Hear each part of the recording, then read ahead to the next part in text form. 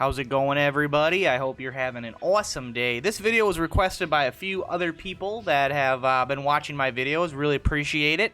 Great idea they had.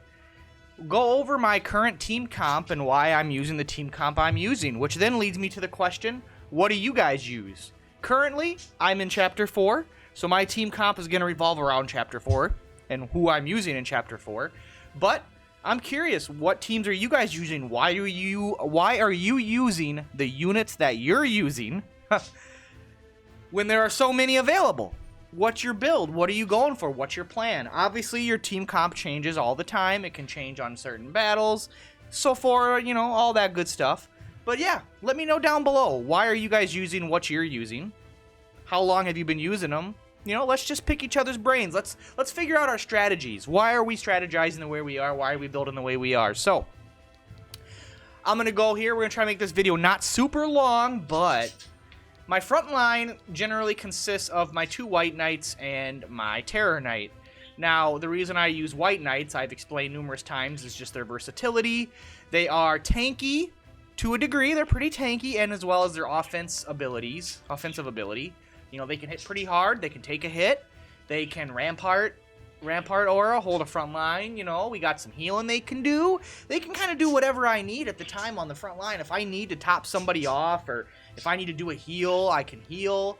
If I need to, block some units, if I need to do some damage, they're just really good. And I feel having 2 allows me to either spread them out or really focus down. I mean, do I really got to explain why I use a Terror Knight? Fear is super powerful. Fearful Impact. Fear not only reduces the enemy's damage, but also lowers their defense, so it's 2-for-1 combo pack, which I believe Fear to be one of the best debuffs in the game. It literally can cripple a unit and make them useless for about 2 or 3 or 4 turns, so that's his main job. And then we got Landing of the Dead as well. And I just got some Drain Heart and stuff. Really, my Terror Knight's not really going to do a lot of damage. He's going to hold a front line. He's going to fear the enemy units. And that's going to be his role. Be a frontline tank. I usually have Denim on the front line as well. He is a Rune Fencer. He's not a Lord. Rune Fencer, I've said before in a previous video, it is my favorite class in the game. I think it's just all around good at everything. It can do whatever you need to do. Some things it can't do as good as a class that's specialized, but that's kind of the balancing aspect. If he could do healing better than a Cleric, why would I need a Cleric? Or if he can out damage, some of the best damage dealing classes. So it's the fact that he's able to do a lot of things really good that makes him useful. I got the bow, and I mean, some people argue a sword is kind of a waste, which I might argue that. My other Rune Fencer has a spear, which I do prefer spear, but I want to use a bow too, and I'm just too lazy to train up the other weapon skill. Eventually, I'm going to have access to, 8 finishers, which is super nice. So, obviously, Denim being Rune Fencer. My Griffin boys, I mean, I feel Griffins work best in a pair, in twos, in a pair, a couple. And, they're both built a little different, but Griffins, this is what I use to harass the enemy casters. The back line, I'll take out Clerics, I'll take out, Wizards, Warlocks, whatever's back there casting. We got Wind Shot, which is a huge AoE, super good, because a lot of the casters clutter up. Or if I just want to hit the front line, I can do some massive damage. We got Dash for even more movement options. And then the other Griffin, he's kind of self-sustain. I got the Blood Siphon so he can heal himself. Obviously, we have Healing and Blessings. The Griffins tend to patch each other up. Almost always one of them goes down. Always by turn 2 or 3, because the enemy will focus them once they get to the back line. One will go down, then this one will pick it up, then it'll heal itself back to full health. I usually have a 75 or 100% healing item. So we just repeat. So these 2 Griffins will keep each other alive. If both Griffins go down, which has happened, we get our boy Canopus over here. He'll fly in. He'll resurrect somebody. We got options. We got backup plans. And Canopus, Vartan, I mean, I've been using this guy since the beginning. He is one of... The fact that you get him in the beginning and he is relevant through the whole game, I would argue he is the best, NPC, unique unit, that you get. He's always useful. He hits so hard in the beginning. He's so good. And he's my boy. He's utility as well. And, I love to have to get to stagger and Araverse on people. You know, I don't know why I was trying to recruit a fairy. I should probably take that off and put something better on.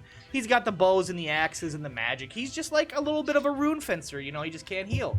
He's just kind of a bit of everything, you know, he'll run around the map and do what he has to do. I also kind of use my griffins as medic griffins as well. Due to their movement of up to 7 squares with dash, I can get the griffins around the battlefield to heal units that may need it. So, you know, I might stock up my griffin with give him all healing, you know, or whatever. And he'll run around and heal people. You know, it could be wasting a turn, but hey, medic griffins are cool. Don't you diss medic griffins. Got my flood dragon. Usually run him if there's not dragoons. I don't have any items on him. I must have took them off for some odd reason. But obviously acid breath. Acid breath is so good. Getting that breach on multiple units. Dragon scale, so good. So good. I mean, there's not much more to say other than I don't have items on him. He's just front line, man. He's just front line. We got Rampart Aura. He's up there just tanking hits all day. Our front line is I got about 5 units on the front line that we do well. We do well. I already went over Rune Fencer Boy. Now, I do have Warlock and Witch. I need to get Sherry into a Shaman. I'm only using this temporarily. But Warlock and Witch, they just outdo Enchantress and Wizard. They just do. They do. They're the better versions. I'm not saying an Enchantress and Wizard are bad. I'm just, like, the scaling is better. They just have higher int. Like, I mean, he's got 211, and my main Wizard has 182, 167. And this is just a generic. And then, you know, we got Sherry somewhere around here. And further in the back. Keep going. We're going to find her. She's 194 with the Witch. So, you know, that's why I run them. I mean, you can, if you want to do a Wizard and Enchantress, go right ahead. I mean, they're not that much worse. I mean, or not as good. And I just bring an Archer because why not? And I mean, you know, she's unique, kinda, you know, like, you get her with Vice, so, you know, double shot's super good. I use it to pick off squishies. You know, we have the shield, so we can have some protection, you know, only one-handed bow. I kind of debate between a one-handed and two-handed bow on an Archer. I don't know, what do you guys think? We don't have any great bows. We have Silence, which she'll go out of her way to silence clerics and mages and wizards and stuff. Get those spellcasters to kind of be quiet, you know. I don't know, man. I tried two-handed bows, and I don't know. I like to have the shield option, you know. I don't know. What do you do? What do you do? And Eagle Eye, just because, why not? Hey, you know, extra accuracy guaranteed to... The extra accuracy and the guarantee to proc the debuff are super nice. Eagle Eye is great for that. That's a thing. If you do have an Archer and you do have like a debuff bow or whatever, a bow that inflicts a condition, make sure you have Eagle Eye and hopefully that procs, and then you got a guaranteed debuff. So, Rune Fencer, again, just to go with Denim. You know, I got double Rune Fencers and double White Knights. That's pretty... Man, that's interesting, isn't it? Double Rune Fencer, double White Knight. And then technically two Warlocks, technically. 2 Griffins. That's 8 slots that are like double units. I just thought of that. 8 out of my 12 slots are only 4 different units, just doubled up. Do you guys double up a lot or triple up units? Am I crazy? Do you guys just bring one of like every class? Or do you like bring 2 or 3 of certain classes? I don't know. That's so weird. That's so weird.